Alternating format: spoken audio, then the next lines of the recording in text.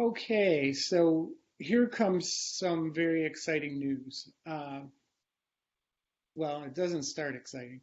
The Huron Valley Group, like many other nonprofits, operated at a loss last year. Our budget is very small, but continuing to operate at a loss is unsustainable. We have a group that's meeting to develop various ways to get us back on a sustainable path, and we'd love to hear your ideas. Uh, we have a new executive committee member, Jessica Ankley, who is here, and she is going to tell you about two fun ways that we've come up with to help keep the lights on at the Huron Valley Group. Hi, everyone. My name is Jessica, and I am in the fundraising committee with the Huron Valley Group. I just had a few fun announcements to share with you on some of the stuff that we've been working on lately. One of them being a virtual trivia night. So this is going to take place on April 16th at 7 p.m. It's going to be emceed by Sporkle, which is a leading entertainment company. You may have heard of them before, but it's going to have a large variety of topics, and it's also going to be family friendly, so you can get the whole household involved, which is pretty cool. Okay, yes, Um, No. there we are. All right. Okay, we can hang up here. Right. So the suggested donation for our virtual trivia night is $20 per individual and $35 per household. So it's a great way to get your whole family involved on just a fun, different thing than what we've all been doing for the past year. So yeah, it's really great. I think it's a good way for all of us to, keep the lights on at HVG, and it's good because the money that we raise goes towards activities like first aid training for our outings groups, postage for our Get Out the Vote mailings, printing our newsletters, and other stuff that we work on too. So it's a really just fun way to get us all involved. Spots are going to be pretty limited for this one, so if you would like to get information about the registration as soon as it's available, please put your email in the chat, and then we'll take it down and send all the emails out to everyone that's interested in participating. Another fun thing that we're working on too is a t-shirt design contest. So if you're interested on designing something that'll be on the backs of all of the Sierra Club members during our outings or during any other events, I will send a link in the chat to the submission form if you're interested. And this could even be like a drawing on a napkin that also applies. So if you'd like to get involved with that, I'll send all the info in the chat. And I really appreciate you all being here, and I hope to see you at our trivia night. So.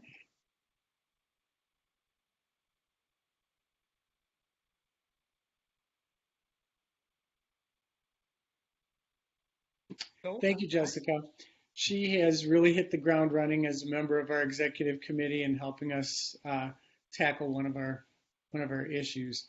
And I hope you'll come to trivia night on April 16th and also submit an idea for a logo for the HVG to go on our gear. And she forgot to tell you, if you win the contest, if you design the winning logo, you will get a piece of gear of your choice. All right. This is the part of the meeting where I usually ask people to introduce themselves, but I think we'll modify that tonight. And instead, if you feel like sharing, go on the chat, tell us where you're from and what your favorite bird is. I'm almost to the program. Thanks for your patience. Next month's program is going to be fun. Peyton Wetter is the leader of the new student group U of M Sierra Club.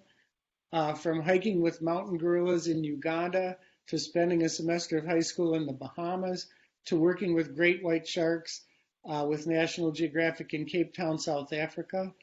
Happily for her, sadly for us, Peyton is going to graduate next month, and this will probably mean she's leaving us. But she's going to present about her environmental globetrotting adventures next month. And that program will be at the same link and same time, Tuesday, April 20th from 7:30 to 9 p.m. This month's program is called Backyard Birds. It's presented by Lee Burton, the chair of the Crossroads Group. This program is really close to my heart. Again, if you have questions or comments for the presenter, please put them in the chat. I'll watch the chat and make sure they get to him. And without any further ado, take it away, Lee. Well, it has been a bit of a struggle, but here we are. Thanks all of you for joining in. I'm not sure what's going on with the screen right now here, Dan. What you can do, Lee, is just hide your Blue Jeans screen, and you should be able to navigate to your desktop. I see. Well, I was hoping to, be the speaker and the big picture for a minute here. You should be able to still do that. So. Well, as I'm speaking, I'm not. I'm just in the corner. I don't think it's happening the way it was. So you would have to turn screen sharing off for people to see you. I see. Yeah. I didn't know that. Right now they're seeing your screen. I see. Well, maybe we'll just go right to screen sharing. I just welcome everybody. It's been a challenge getting on here. I've had to switch computers and transfer files because the other computer wouldn't cooperate. Anyhow, I'm going to put on screen sharing, and let's see. It says how to open. While screen sharing, just hide your Blue Jeans window. How do I hide the Blue Jeans window? So you should be able to drag it, or you can. There you go. Oh, you turned it off. I turned what off? You turned the screen sharing off. So click the screen sharing button. It says open. It says open system preferences. Okay, click check next to Blue Jeans. Well, you were screen sharing a second ago. There you go. This is me screen sharing? That is you screen sharing, yep. All right, then we'll get rid of this and get rid of this, and there it is. Well, look at that. Thanks for everybody for being so patient. We're going to talk about birds tonight, backyard birds. And some of these are year-round folks. Some of these pass through. And I know a lot of you, particularly during the pandemic, have taken a new shine towards watching the birds because it's something you can do both from inside your house and out. A lot of beautiful creatures out there to see. And sometimes the best way to see these things is not just to see them, but also to hear them so you know where to look. And by doing that, you'll have a much better opportunity of seeing some of our more beautiful birds. So as we go through our list of backyard birds, I'm going to be playing some songs for you, and it may be the start for you learning how to identify birds by year. And although this may sound like a challenge, it really isn't that difficult. Many of the birds' songs that you hear are very easy to pick out, to distinguish from others. Others are more challenging, but we're going to focus on ones that are common and easy to understand. So here's one you all know. The cardinal is a real popular bird at feeders, very colorful, and they have a number of songs that they do. Here's a few here. One of the common ones, and what people don't always realize is a number of these birds will have regional variations. It's not like down south they'll have a bit of a slang, the southern accent, but songs can vary from one part of the country to another. A lot of birds have most have songs and calls. Well, all songbirds do. And then the songs are what the birds use for mating, for territoriality, whereas the calls are used for location or to sound an alarm.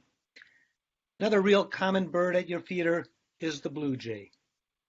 Now, what I'm going to be doing is each time I bring up a new bird is on my pad, search for these birds so I can bring up the songs for you. A blue jay is many people get tired of having them chase the other birds away from their feeders. But look at the beautiful colors they have. They also have a variety of calls.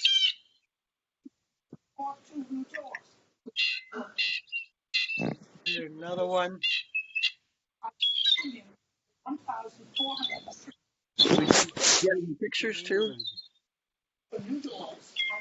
One of the cool things about blue jays is they often imitate some other birds, particularly one of the more common birds they imitate is the Cooper's hawk. Another one is the red-shouldered hawk, which comes through here during migration. Lee, I'm Yeah. very sorry to interrupt you. We're not seeing your pictures. Can you and Jamie straighten that out? You're not seeing any of the photos. It looks like you turned off screen sharing again. What app are you using to show the photos in? I'm using just a preview, as a picture preview.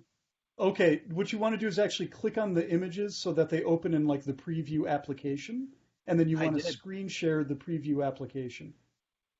Screen share the preview So application. click on the image so it opens up in the preview application. Okay, well, the pictures are open. Mm-hmm. Okay, so now do a screen share. And then you'll want to select the preview application in that list of applications that you're screen sharing.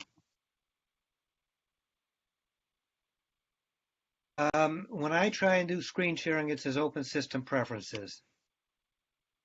Okay, go ahead and do that. Maybe there's something blocking you from... You And were then under screen sharing. Somehow it stopped. I don't know. Open system preferences, and it says You know, check the box next to Yep, the blue and check that box that's allowing you to do it. It's a security system thing. preferences. I got to go figure out how to get there. System Security, preferences privacy, screen recording. Yep.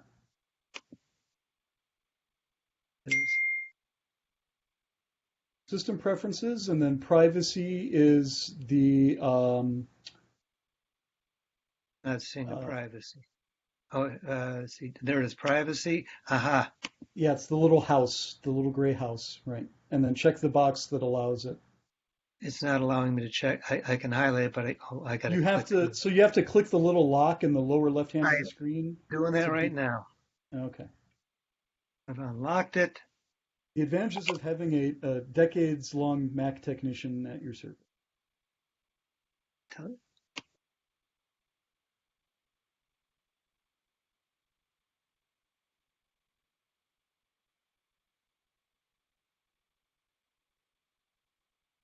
As a fellow teacher, I so know what Lee is going through right now, but he's a professional and we will get this under control.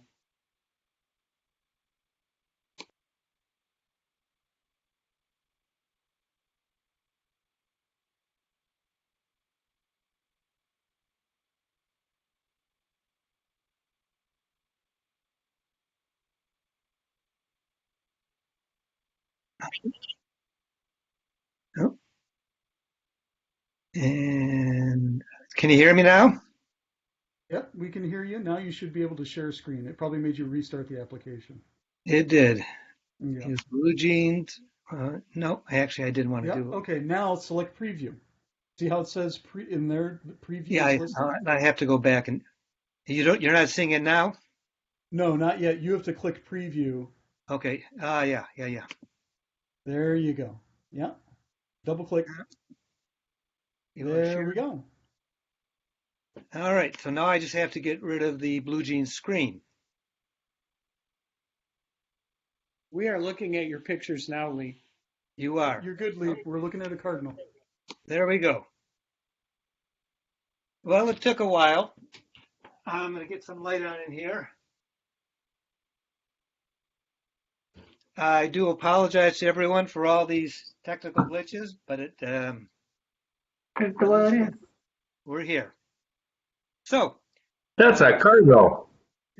So you heard all the speech, but you didn't see anything. Is that where we're at? Yes. Well, then you heard the cardinal and the blue jay. Let's move on to another common backyard bird, a favorite of a lot of folks, the goldfinch. How many of you, well, I can't hear you when you're talking, but I'll ask the question anyway. of you. How many of you are starting to notice that the birds, the goldfinch, are starting to change colors around now? And this is the period of time where you'll first start seeing a little bit of the yellow reappear on the male. They are, of course, beautiful birds when they get in full color. A lot of people think that we have canaries on the loose in southern Michigan until they learn about the American goldfinch. Its song is kind of typical of finch songs, more or less a squawky song, and a lot of you may be familiar with that, which is a call.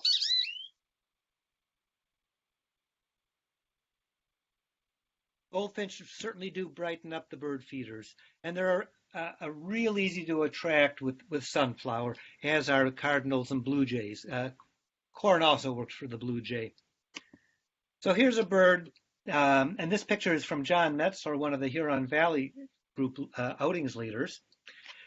If you couldn't design a better bird to have as a common bird at a backyard feeder. These fun little guys are chat away, they come close, they're bold. If you've been to Kensington, you may know they'll feed out of your hand. And they're just a cute little guy to have around.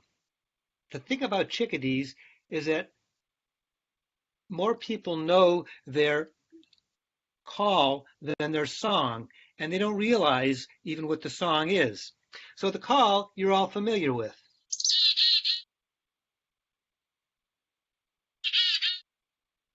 The old chickadee-dee-dee song. That call is used to announce location, but it's also a warning call. So if there's a predator in the area, they will do that call. And they can do it in variations depending on whether the predator is above or nearby. But the song is a very sweet song that many of you may be hearing and have no idea that you're listening to a chickadee.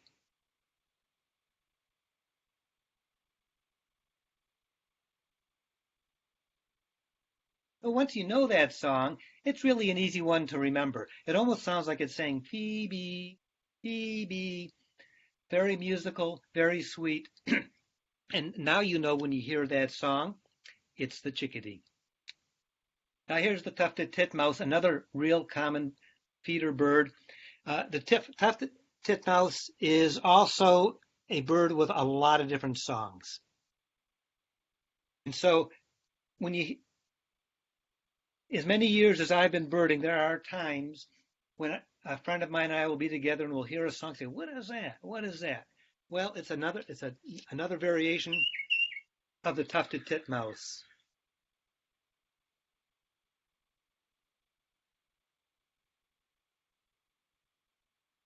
Here's another one. Here's another one. There's another one.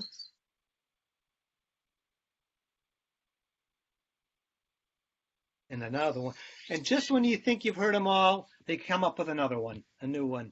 And so if you're out listening to birds one day and you hear a song and you're not sure what it is, just say it's a tufted titmouse. Nobody's going to probably be able to correct you anyhow, and you often will be right.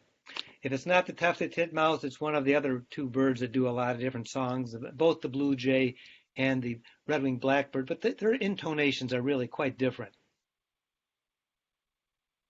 There's another bird that's a great deal of fun to have around the feeder. You know, they're among the most common birds. The nuthatch, the chickadee, the tufted titmouse, the goldfinch are ones that you often find at feeders. All enjoy sunflower seed, and you often see them clowning around, hanging upside down. It's really fun to watch when the parents bring the young ones to the nest and they grab onto a branch and start swinging around because they don't have a good grip on it. This is the white-breasted nuthatch's song.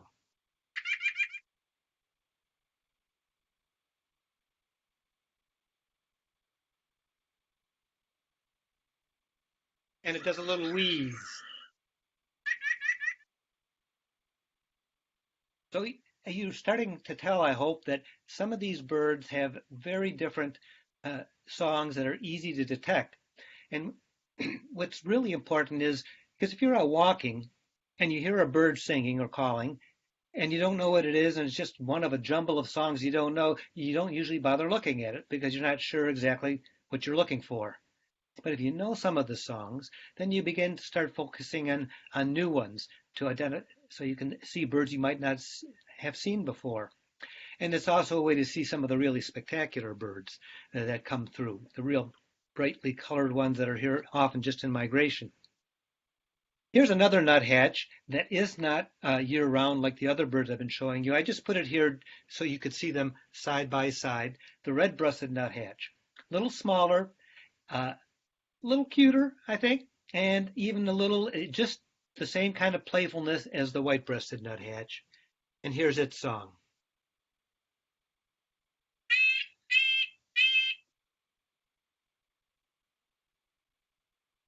Here's a variation.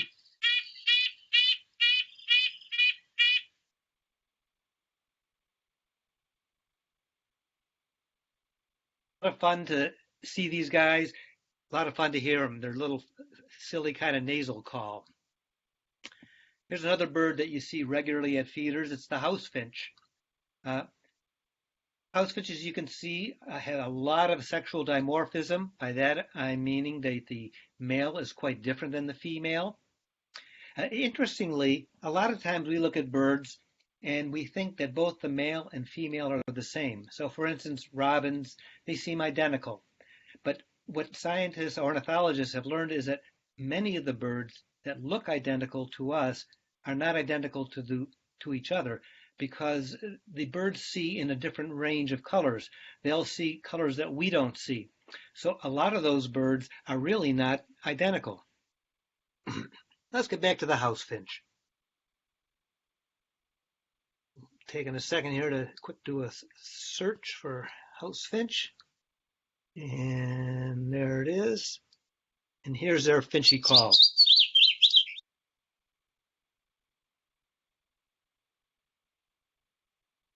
Now, you'll be excused if you have trouble telling the house finch call apart from the goldfinch. They're both kind of squawky sort of calls, but you'll also see them so easily that if you don't know it's one, then it might be the other.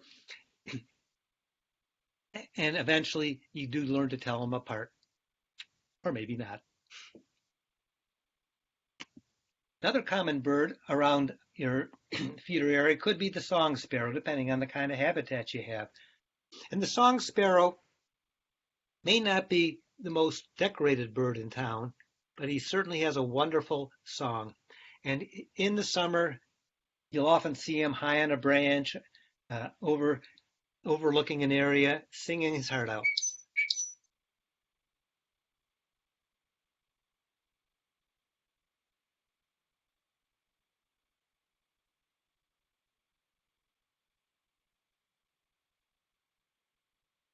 Many of the songbirds move a little bit southward during the winter, but many also stay here, and you can see them year-round at your feeders. They're ground feeders, so if you want to get these guys around your house, scatter some seed on the ground, little corn, little sunflower. I would say avoid buying those mixed seed bags. A lot of the stuff in there isn't eaten by the birds, and it just rots. The mourning dove is one I'm sure you're all familiar with. I'm not going to chase down its call for you. I'm sure you're all familiar with its cooing sound. This is another ground feeder. Scattering feed on the ground is a good way to get it, particularly cracked corn. And the American crow. Occasionally they move into our feeders, and if you have a platform feeder, they will clear it out pretty quickly. And I know you're all familiar with its call, so we won't spend much time on it. Wild turkeys. This is taken through my front window. Wild turkeys are like the battleship of the bird world. When they move in and start walking around feeders alongside these other little feeder birds, they dwarf them. And at times they come, and as you can see here, they line my railing on my deck. When I'm upstairs at the computer, as I am now, there's been a couple times I've heard noises on the roof, and I look out the window, and there'll be a turkey staring in to me. Turkeys had a rough go of it for many, many years, and they were hunted close to extinction in some areas, or extirpation, as they say, which means removed from an area. But they've recovered, and now there's huge numbers of them. The downy woodpecker. Downy is the smallest of the woodpeckers we have around here. Another year-round resident. There's its call, but its whinny is this. You hear that, you know you've got a downy. A lot of people have a difficult time telling the difference between a downy and a hairy, and I'm going to show you the difference here in a minute because the hairy's coming up next. But both of these birds have, the males have the red marking, the females do not. So take a peek now at the male hairy and female hairy woodpecker. You'll notice that the beak size is more than half the width of the head. If I go back to the downy, it's less than half the width of the head. Definitely less than half. In fact, on some of these, it almost looks like this distance from one end of the bill to the other is almost the same distance as the head. It's a larger bird, but a large downy can easily be mistaken for a small hairy. The hairy sometimes is most easily spotted by its call, which is a very sharp call, similar to the downy, but much sharper.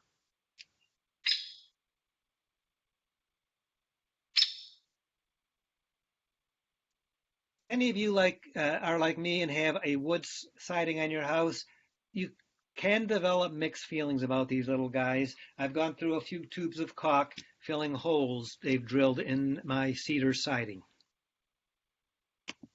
So here's the red-bellied woodpecker that everybody wonders why they call the red-bellied woodpecker, and for fairly good reason, except I purposely selected this picture because you can see a touch of the red.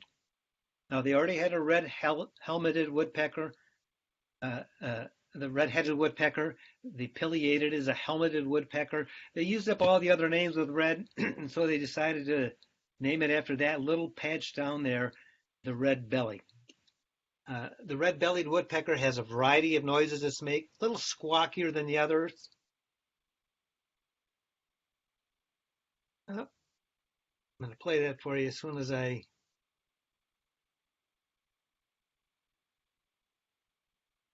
Did I get it? Nope. Red hyphen bellied. There we go. Computers are so picky. If you don't put in the hyphen, they don't find it.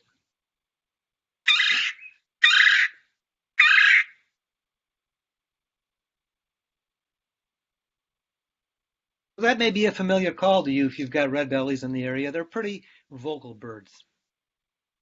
And then there's the Art Deco woodpecker. This guy, as you can see, has a variety of colors. This is the yellow shafted variety of the northern flicker. There's a red shafted variety, and so on the tails where you see yellow, on the red shafted variety you see red, and those are found west of the Rockies for the most part. There is some overlap in between. And the flicker is a really noisy bird. It's one you love to hear, but maybe not too much.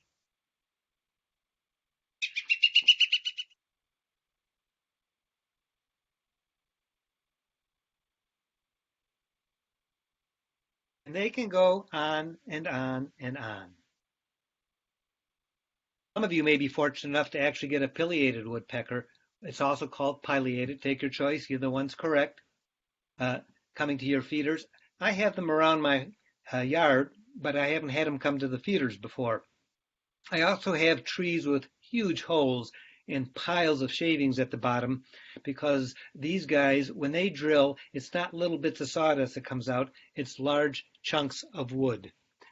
The pileated can be drawn in sometimes by recordings, but if you know its call, that's the best way to find this bird. All right. It does two different ones commonly. Listen to the rich tone of it.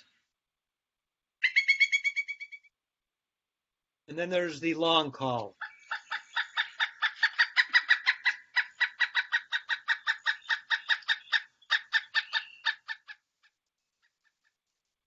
Many times when I've been leading or part of hikes for the Crossroads Sierra Club group, I'll hear one of these and nobody pays attention to it because they don't know what it is.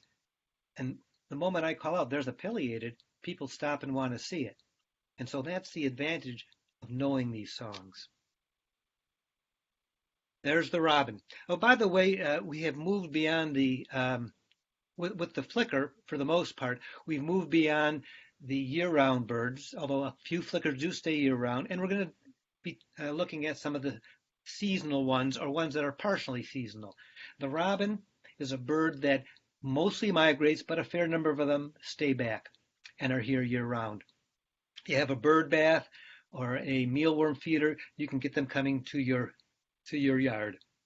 The robin's a fascinating bird. It's very common, so people don't really often pay much attention to it. But this is a bird that has adapted to an incredible range of habitats. I've seen this bird, of course, in suburban yards, and I've seen it on wilderness trips where I've been days from the nearest building. And robins thrive in all those different locations. Now, the robin song is a good song to know because there are a couple other very beautiful birds that sound similar to it. So here's the robin.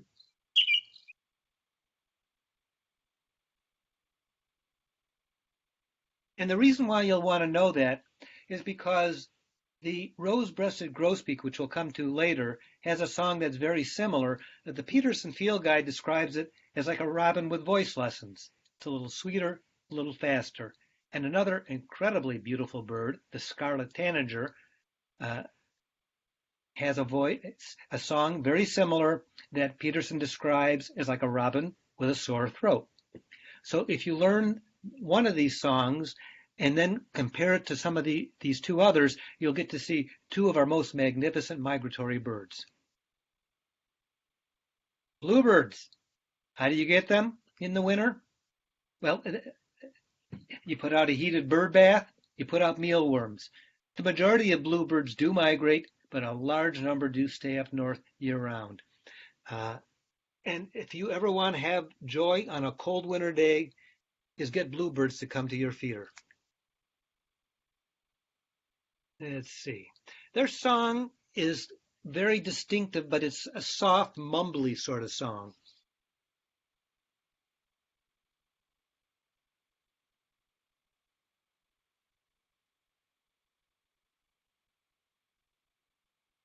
This is another one of those birds that when I'm hiking with others, I'll hear the song and no one else is paying attention to it because they don't know what it is. But like the pileated, the bluebird is one of those species that everybody likes to take a look at. Put up bird boxes in your yard and you have decent habitat, you can get them to stay and nest. Peter waxwing is one of the most beautiful of all the birds we have, a handsome bird, mostly migratory, but some do spend the winter. They typically do not come to feeders, but they might come to mealworms, and they have come to me for heated bird baths. So if you do that, you might get these guys in. If not, at your yard, notice that he's on a crabapple tree. They love the crabapples, or it looks like it's a crabapple with cedar apple rust. That's what those orange spots are, fungus. Just walk the neighborhood and look for crabapple trees and you'll see these magnificent birds. Their song is so high-pitched, I can't hear it anymore. I've kind of lost some upper register hearing, but it's a real soft sort of whistle. This is one of my favorite pals, the white-throated sparrow. A lot of people don't really pay much attention to sparrows, and you can be missing a lot. And the reason why is because, first of all, these guys are kind of handsome. And secondly, because it has one of the most wonderful bird songs of all. Here we call it, "Oh, Sam Peabody, Peabody, Peabody."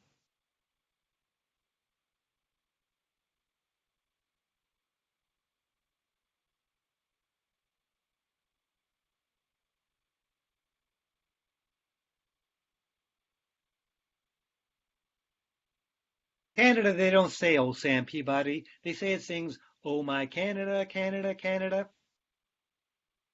These birds pass through spring and in fall. And if you ever go up north and are camping out in a wilderness area, you can often hear on a quiet night on a still lake where there's not a sound, and then coming across the lake. Beautiful, beautiful song.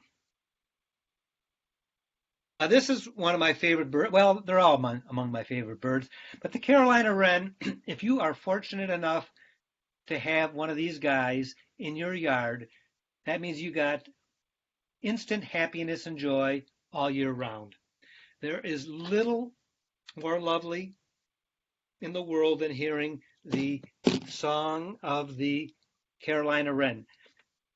So one of the things about Lee, yeah, the last few songs we haven't been getting. We didn't get the Carolina Wren or the white-throated sparrow. Will you try to bring those up again? Because I'll get the white-throated sparrow for you right now. I hadn't played the Carolina wren.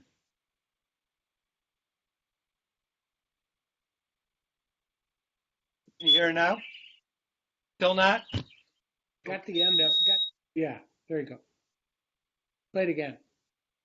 Okay, we're going to try and see.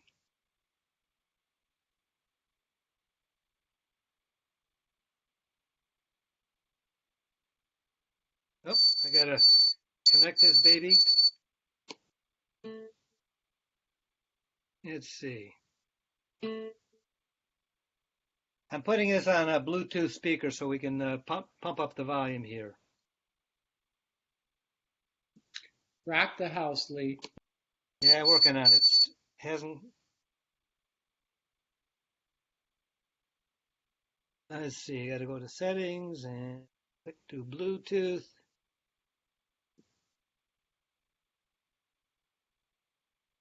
All right, just about getting connected. There we go.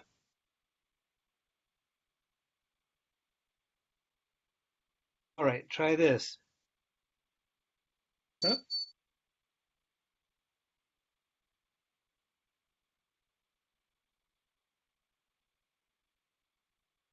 You're not hearing that? No. It is loud here. But you're not hearing my voice either, right? Oh, you're hearing my voice.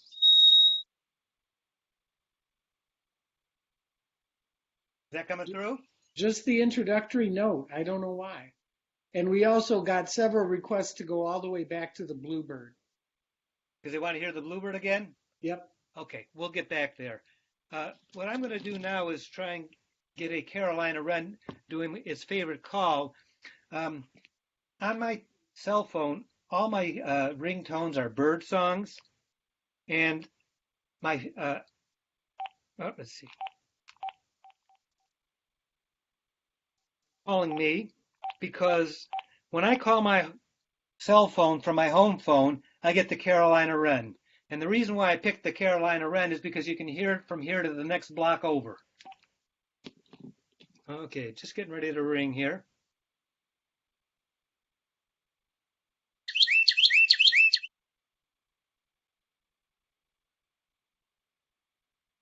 So that's my phone you're listening to, actually. The Carolina wren, another one of its call is tea kettle, tea kettle, tea kettle, tea kettle. And on the coldest winter days, when there's a foot of snow on the ground, you get up in the morning, sometimes it's not even bright out, and you hear tea kettle, tea kettle, tea kettle outside your window. And these Carolina wrens are really bold birds. They're looking for insects around your feeders, but they climb on feeders and also looking for open nut meats. And they love the mealworms. And they will build their nests right up alongside your house. In nesting boxes, they've been known to pull up the corners of screens on screened-in porches and make nests inside garages. They're just a pail to have around. Okay, so we're going to quick back up here because somebody wanted to hear the blue jay again because you couldn't hear it before, eh? Not the blue jay, the bluebird. Oh, the bluebird. That's where we start having trouble. Yeah, I'm trying to figure out why that would have been, but okay, let's get the bluebird. There we go.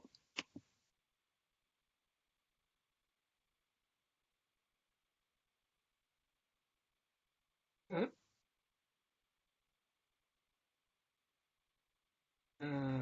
Back to the Bluebird.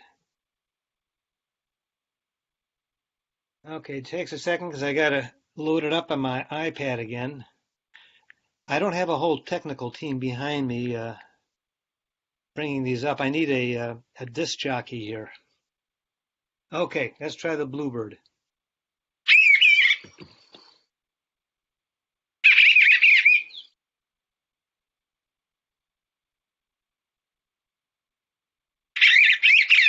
Now, I got to warn you that when you're hearing these songs loud and close like this, there's a real difference in how they may sound in the wild.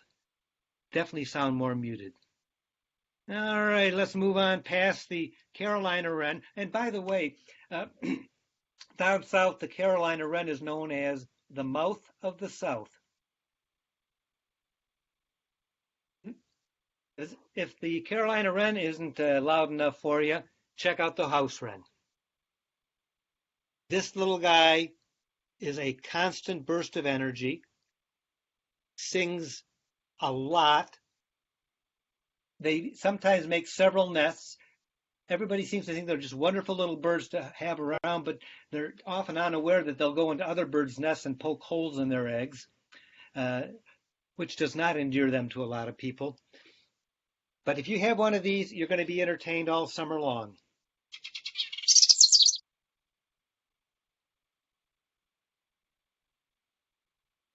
Oh, my cat Murphy's up here trying to figure out where the bird is coming from. It's just my speaker here. We had a house wren in a nest we had once. It was actually a gourd. And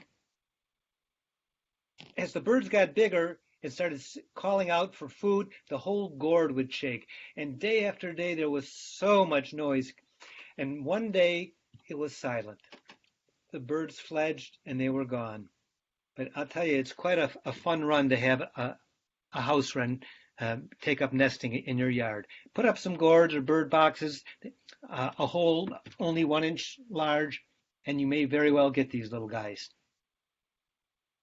This is a real common bird. I'm sure many of you are familiar with the red-winged blackbird. And what people aren't familiar with sometimes is how different the male and the female are. And as you can see from this picture, that the thing about the red-winged blackbird, as I mentioned earlier, is they got lots of different songs.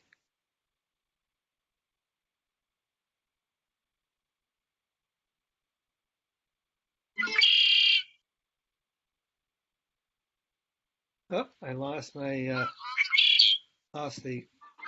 there it is.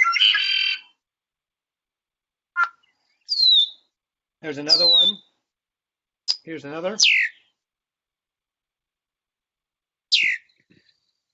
Now, these guys are migratory. Some of them are back already.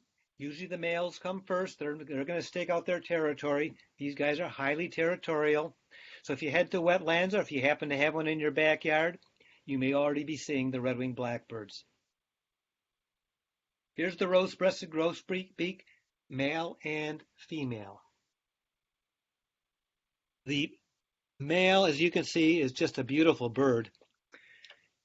This is the one where the song is described as like a robin with singing lessons.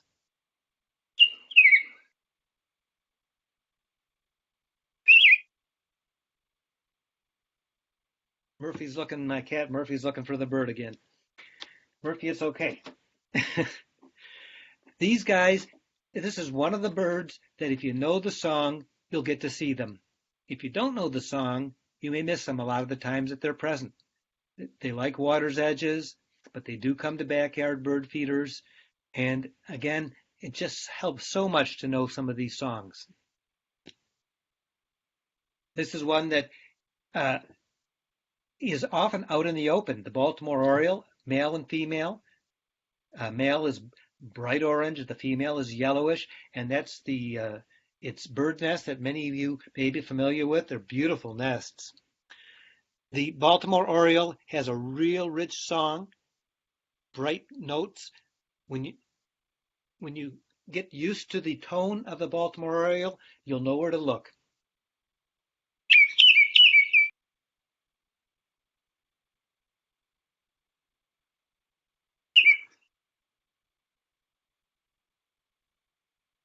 Live near water, you'll particularly have a good chance of having these guys nest nearby. This is a magnificent bird, the indigo bunting, that does come to feeders, often feeding off the ground. It's only a summer visitor, as is the case with the oriole and the grosbeak. It's another bird that if you know the song, you'll see it. If you don't, you have to be fortunate to see it or know where to look. It's the only bird that sings in pairs of notes. So if you listen to this song, sometimes the first and last note are single, but typically everything in the middle, and even sometimes the first and last, are in pairs.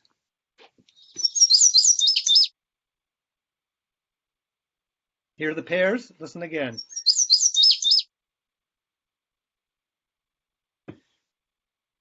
This bird is so lovely, you don't want to miss it.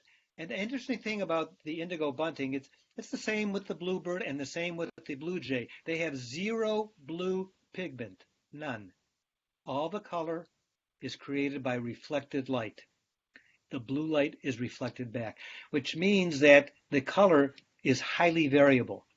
And so one time on my freshly paved asphalt driveway, a bunting landed. It looked emerald green just because of the way the color reflected. And it can look anywhere from very light to very dark depending on the lighting. Beautiful birds to have around. Another one that's one of my favorites. This is the eastern Towie. It used to be the rufous-sided Towie with two races, and now it's the eastern Towie, and it's got one of the most wonderful songs of all. It's your drink your tea, drink your tea.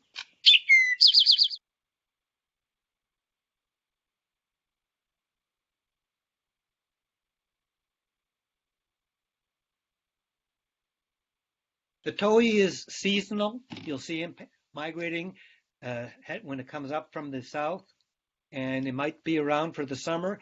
They feed off the ground. They're not regular feeder birds, but if you scatter feed on the ground and have the right habitat, you'll get them.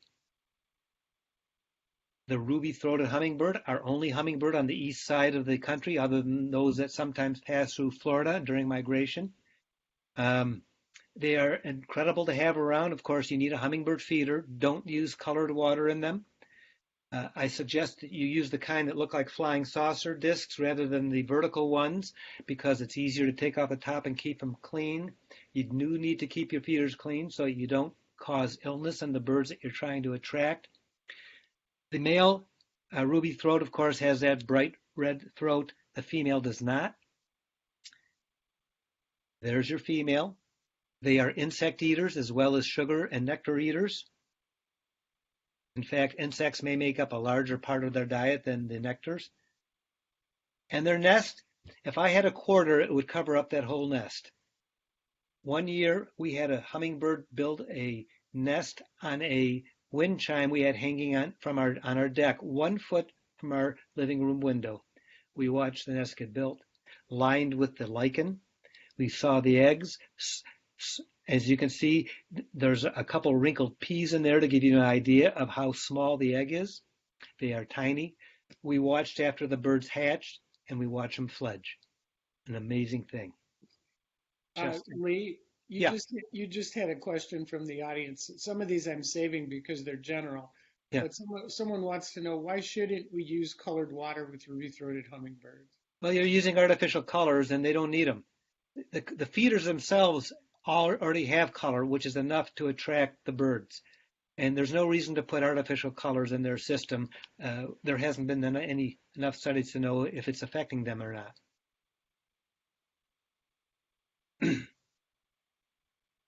Now, these 4 birds are ones that most people do not like having at their feeders for a variety of reasons. The top left is the common grackle. It's really quite a handsome bird, particularly the iridescent head. They're noisy. Yes, they are feed hogs at birds feeders. And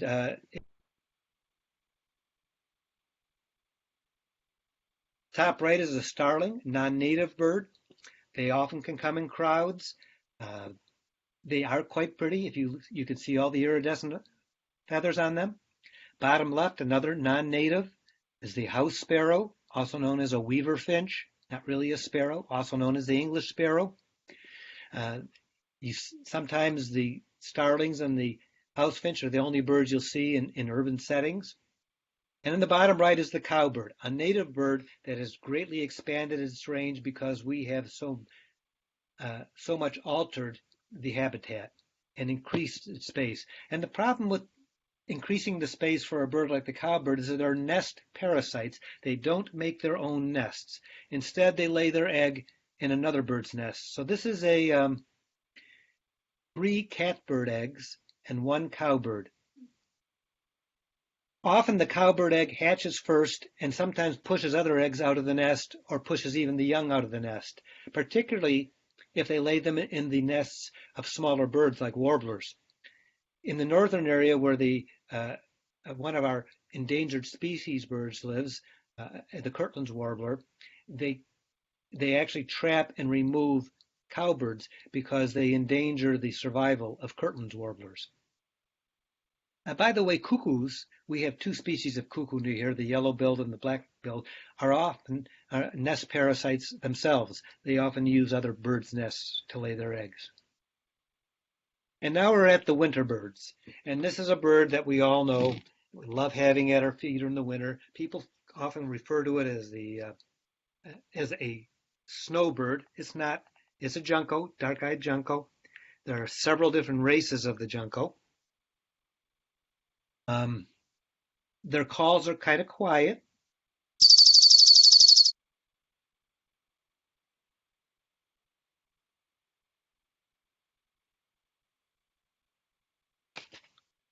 There's another one.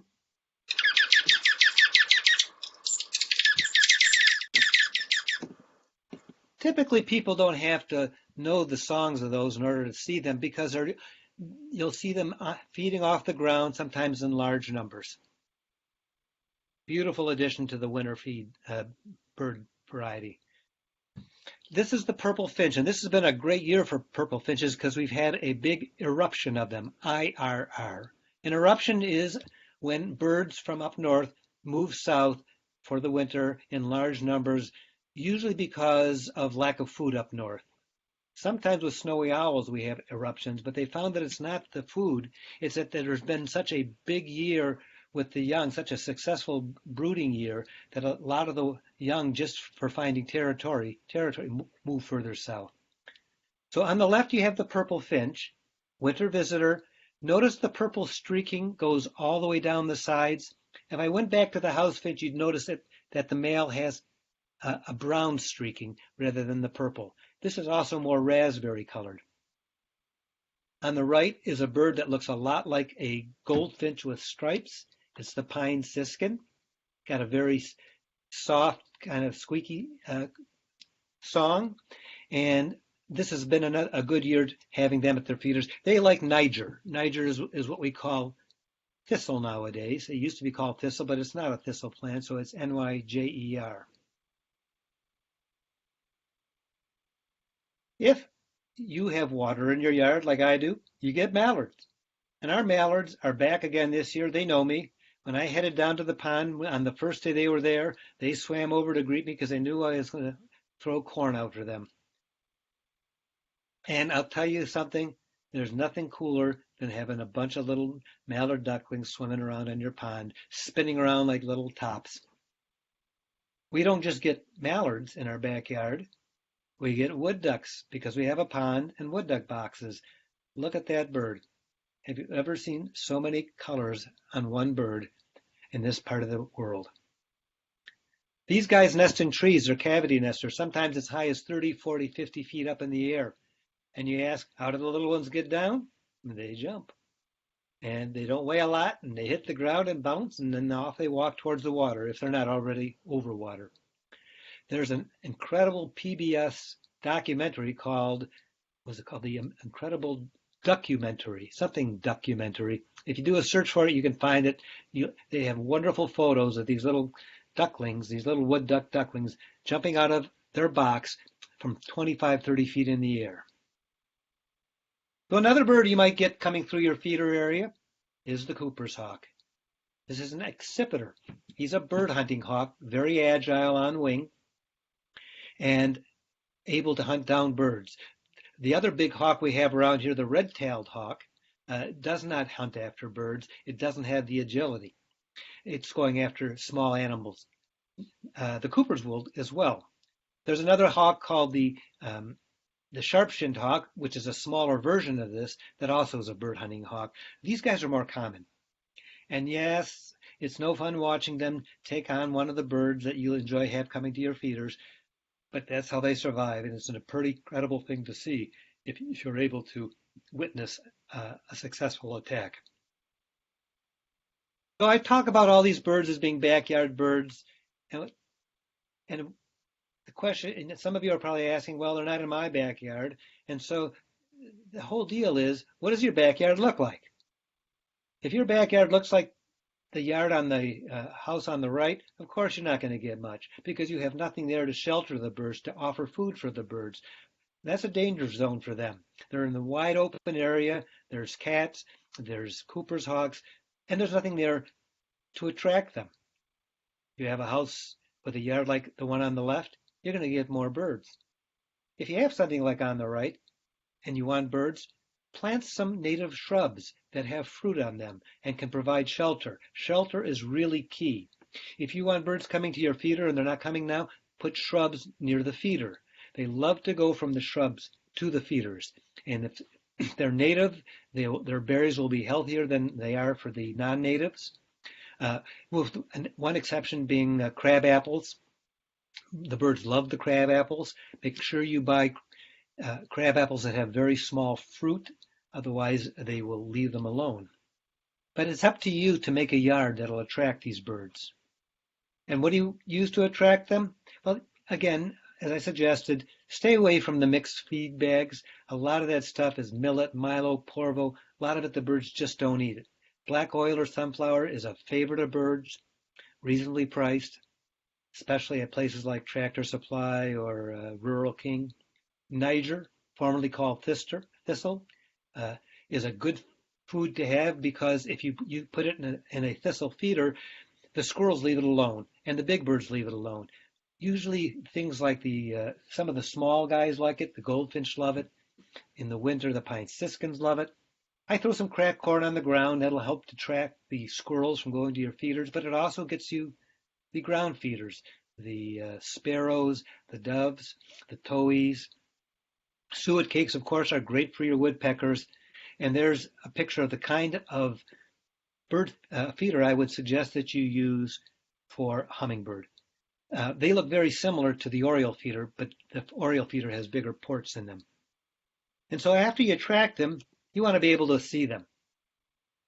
And so if you have glasses, you're going to see a lot more than if you don't. And a lot of people wonder, well, how much do you have to spend? It used to be if you spent $100 on a pair of glasses, you were throwing out your money. They were junk, and they didn't work very well, and they would break down soon, but not anymore. In this age of computer-created optics, you can get some really fine ones. These particular glasses, the Celestron Nature DX 8x42, I just saw recently online for $85. It's almost a giveaway at that price. These are an excellent pair of glasses. I put these up against glasses that cost $500, $600, $700, and I couldn't tell the difference. You will see way more and get to know the birds way better if you have a good pair of glasses. Make sure that you get the Nature DX from Celestron. They make several different types, but this is a particularly fine pair. Field guides. There's two different major types of field guides, some with photographs, some with drawings. I prefer drawings. Photographs are a shot in time that don't necessarily give you the best overall idea of what the bird looks like and what the field marks are. Both Peterson and the National Geographic Field Guide use drawings that try to show the birds in a position that highlights their features. There's a lot of apps that you can get on your phones.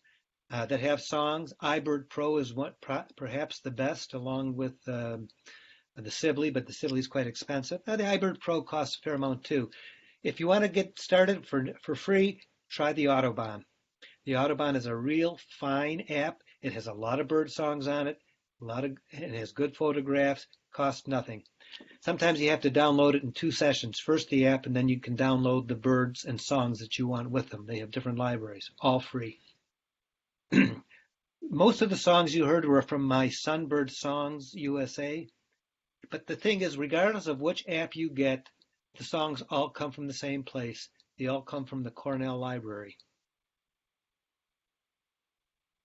So, we've all dealt with this if we have bird feeders, the squirrels that take over. It is possible to defeat them, even though these guys are incredible acrobats and figure out a way. I have 15 feeders around my house, and they can't get in any of them. I use baffles. I hang them from areas where they can't climb. This one feeder on the top right is a Droll Yankee feeder that's battery operated. So when the bird gets on it, when the squirrel gets on it, spins around, and so if you buy one of these, and they're not cheap, make sure you're home and are there for the day when you first put it up, because once the squirrels get a taste for it, they don't come back. They'll go on it, and you'll see them hanging on it by their front feet, going round and round and round until off they shoot. I can always tell when the battery's worn out on the feeder, because then the squirrels, they figure it out. They just somehow know. And then you just recharge the battery, put it back in place, and make sure you're home to watch the show all over again. There's a variety of different feeders. I've got ones for suet, I've got ones for Niger, for sunflower, and then I have platform feeders because a lot of birds like the platform.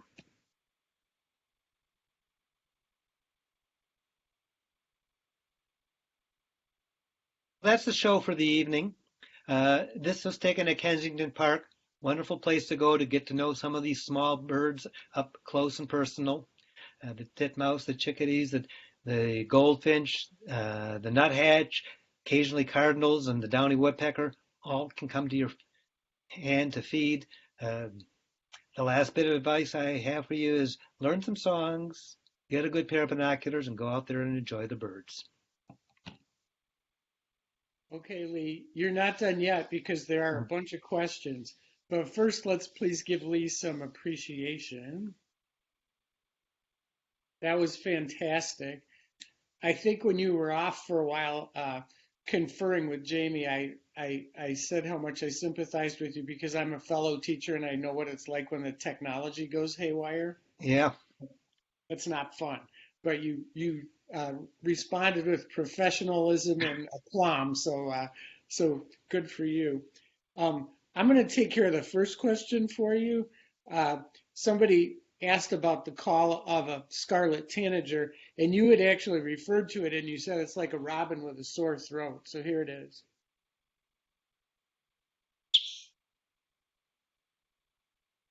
Oh, that's the chick burr. Chick burr is the call. Are you going to play the call or the song? Here's the song. Here comes the song.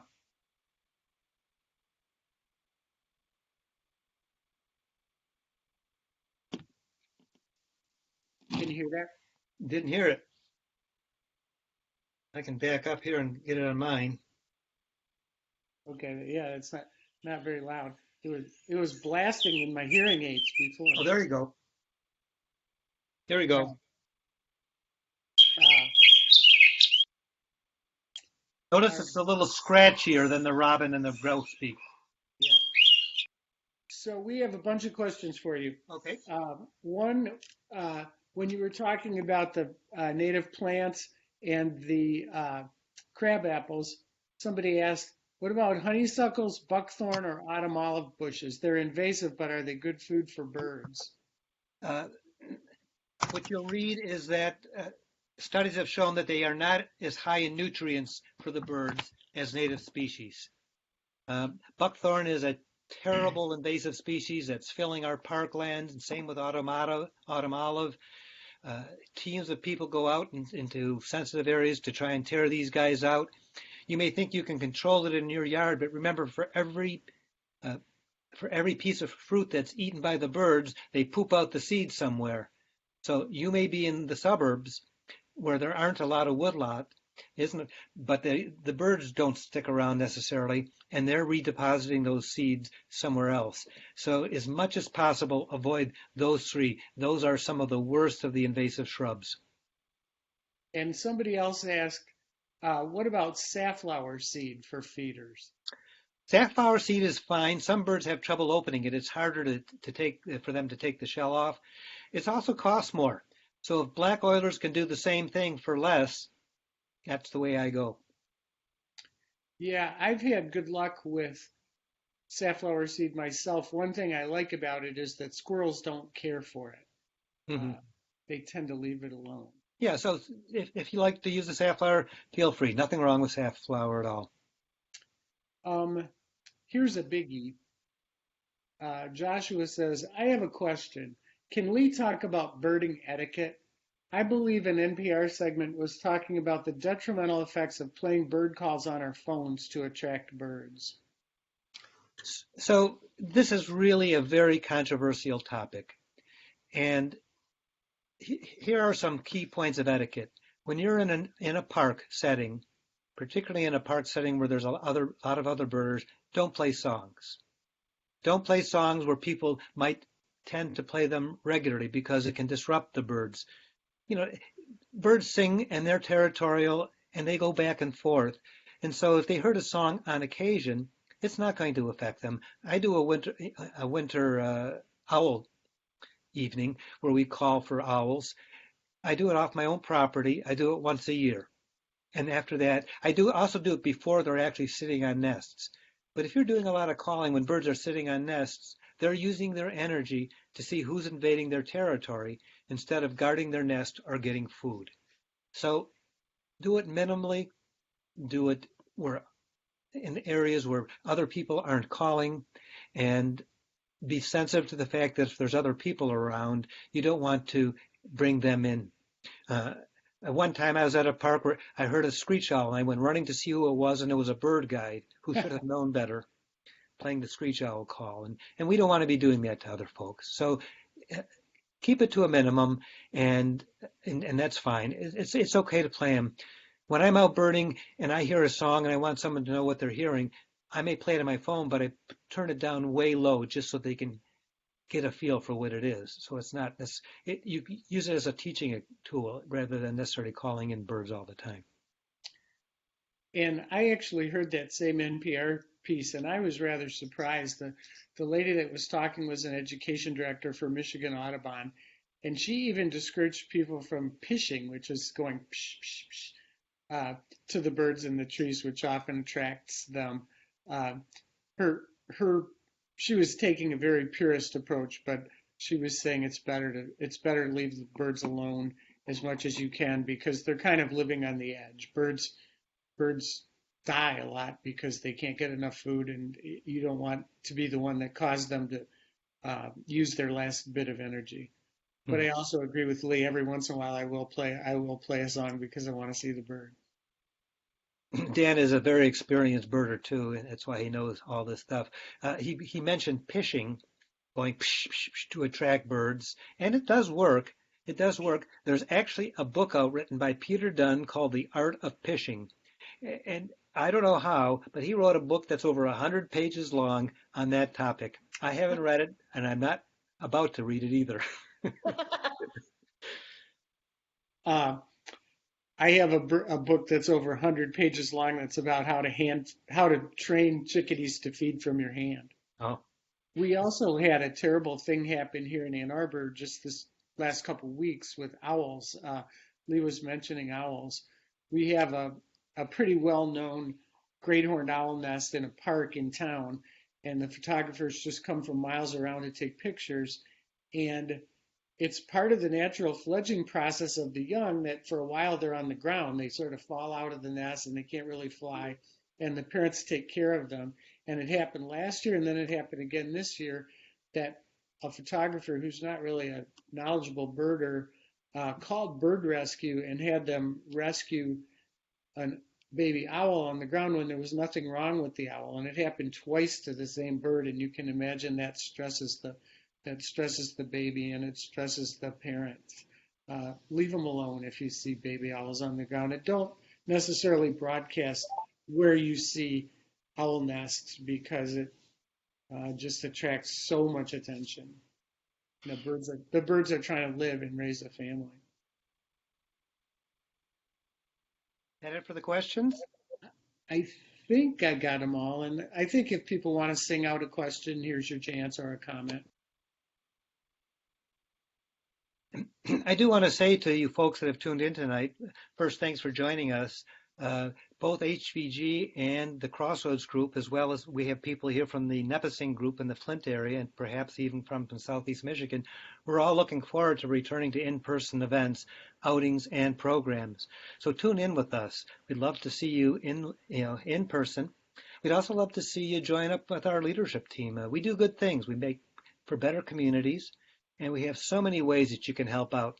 You get onto any of our websites, whether it's Crossroads out in Livingston County or Nipissing in the Flint area, or HVG in Ann Arbor, or Southeast Michigan in Southeast Michigan, and you'll find ways to connect with us. You'll find links to some of the leaders, and just let us know of your interest. We'd be happy to welcome you aboard. Here's your last question, Lee. Okay. Somebody asked, when your phone rings and you're outside, how can you tell if it's your phone or a bird? Well, that's a funny thing. At times I can't. There's been times I've been walking along and I'm hearing like a phoebe. And they say, wait a minute, it's winter. There can't be a phoebe here now. When my wife calls me on her cell phone, it's a phoebe. When my crazy friend Dino calls me, it's the loon. All right. Yeah. Let's give our presenter Lee Burton just one more round of appreciation.